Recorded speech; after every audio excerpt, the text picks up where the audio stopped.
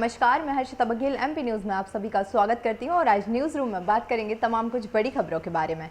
जल संसाधन विभाग में 877 करोड़ का घोटाला उजागर होने के बाद तत्कालीन कमलनाथ सरकार एक बार फिर कटघरे में आ गई है। प्रदेश के गृह मंत्री डॉक्टर नरोत्तम मिश्रा ने कहा है कि इससे कल्पना की जा सकती है कि कमलनाथ सरकार किस हद तक भ्रष्टाचार में डूबी थी। उसने किसानों को पानी देने की जगह उसमें पैसा बहाकर नहरें ही सुखा डाली। उन्होंने कहा कि ईओडब्ल्यू इस मामले की जांच कर रहा है। दोषी कितना भी बड़ा क्यों ना हो, उसको बख्शा नहीं जाएगा।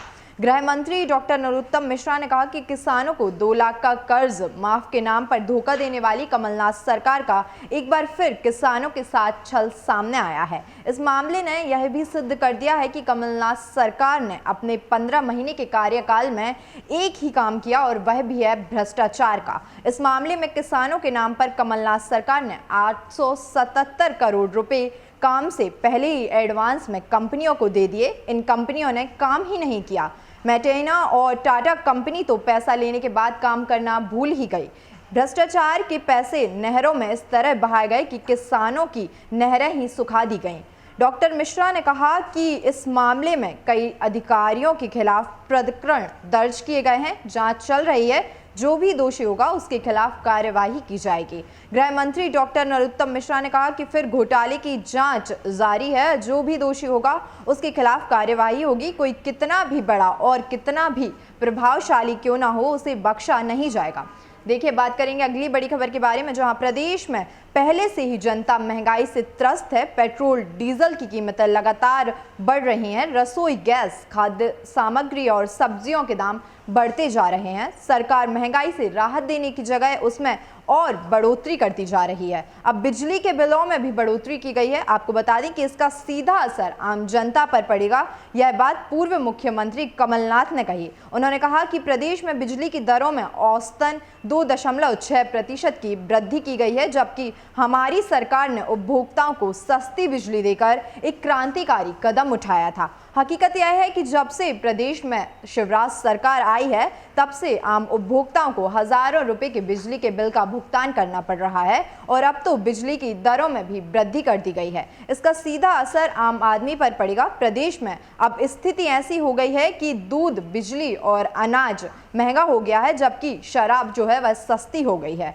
भाजपा का एक भी नेता इस पर कुछ भी बोलने के लिए तैयार नहीं है। यही वजह है कि कांग्रेस ने महंगाई मुक्त अभियान भारत में प्रारंभ कर दिया है। इसमें प्रदेशवासियों को बताएंगे कि किस तरह सरकार की गलत नीतियों के कारण महंगाई लगातार बढ़ रही है। बेरोजगारी चरम पर है। नौजवान जब नौकरी के लिए परीक्षा देने जाते हैं तो उसमें अनियमितता की जाती है। गौरतलब है कि इन दिनों पीईबी द्वारा आयोजित प्राथमिक शिक्षा पात्रता परीक्षा के प्रश्न पत्र का स्क्रीनशॉट वायरल होने और आरक्षक भर्ती परीक्षा में कथित धांधली का मुद्दा लगातार गर्मा रहा है। ये तमाम बड़ी बातें पूर्व मुख्यमंत्री कमलनाथ के द्वारा कही गई। देखिए, बात करेंगे अगली खबर के बारे में। एमपी अजब है, गजब भी है। आज से शराब सस्ती हो रही है, दवाइयां महंगी हो गई हैं। दरअसल शुक्रवार से नए वित्तीय वर्ष की शुरुआत हो गई है। National pharmaceutical pricing authority of India ने दवाइयों के दामों में 10% की बढ़ोतरी की है। इससे सामान्य बीमारियों के इलाज में उपयोग की जाने वाली जरूरी 872 प्रकार की दवाइयों की कीमतों में बढ़ोतरी हो गई है। इससे गरीब मरीजों को जहां इलाज के लिए आर्थिक तंगी का सामना करना पड़ेगा, वहीं शराब के रेट 20% तक कम होने के बाद जाम झलकाने वालों को राहत दी गई है। दवा व्यवसायियों का कहना है कि नई कीमतें लागू होने के बाद 1 अप्रैल से बुखार, इन्फेक्शन, हृदय रोग, हाई ब्लड प्रेशर, त्वचा रोग और एनीमिया के इलाज में इस्तेमाल होने वाली दवाएं महंगी हो जाएंगी। सबसे अहम बात यह है कि इस महंगाई की चपेट में वो दवाइयां भी आएंगी जो national essential list of medicine में शामिल हैं। इस लिस्ट में एंटीबायोटिक्स, एंटी इन्फेक्टिमेटल ड्रग्स, कान, नाक और गले की दवाइयां, एंटीसेप्टिक्स, पेन किलर और एंटी फंगल दवाइयां भी शामिल हैं। बताया जा रहा है कि इनकी कीमतों में भी काफ़ी ज़्यादा बढ़ोतरी की गई है। देखिए, बात करेंगे मौसम के बारे में, तो आपको बता दें कि अप्रैल में मध्य प्रदेश का मौसम बदलने लगा है।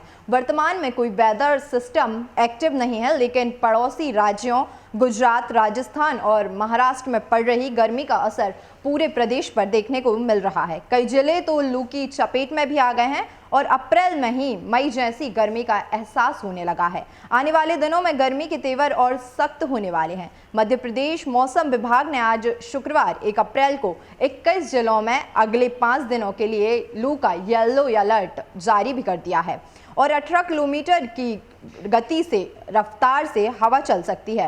एमपी मौसम विभाग के अनुसार आज 1 अप्रैल 2022 को रीवा और सागर संभागों के साथ उमरिया, छिंदवाड़ा, जबलपुर, मंडला, भोपाल, राजगढ़, ग्वालियर, गुना, दतिया, मुरैना और शिवपुर कला आदि जिलों में अगले 5 दिनों तक लू का येलो अलर्ट जारी किया गया है।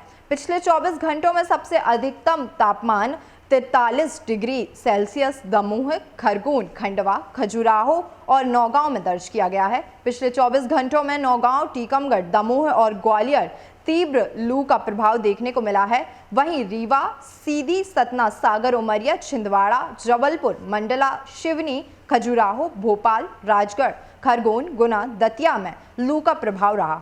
मौसम विभाग के मुताबिक अगले 5 दिनों तक जबलपुर सहित संभाग के छिंदवाड़ा, मंडला सहित आसपास के अन्य जिलों में तेज गर्मी के साथ लू चलने की संभावना जताई जा रही है। वहीं इंदौर में अप्रैल में गर्मी के तेवर सख्त होने के साथ अंत तक 45 डिग्री से अधिक पहुंचने की संभावना है। इस बार इंदौर में अप्रैल माह में गर्मी का एक नया रिकॉर्ड बनने की संभावना है। इस बार अप्रैल व मई माह में लू भी चलने की संभावना है। गरज चमक वाले बादल ज्यादा रहेंगे और धूल भरी आंधी भी चलने की संभावना है। फिलहाल के लिए इतना ही। बाकी की तमाम खबरों से जुड़े रहने के लिए बने रहिए एमपी न्यूज के साथ। एमपी की नब्ज, एमपी का हाल, मध्य प्रदेश की हर खबर एमपी न्यूज टीवी के साथ। लगातार खबरों के लिए सब्सक्राइब करें हमारा YouTube channel MP news TV. Latest updates के लिए बेल आइकन दबाना जरा भी न भूलें।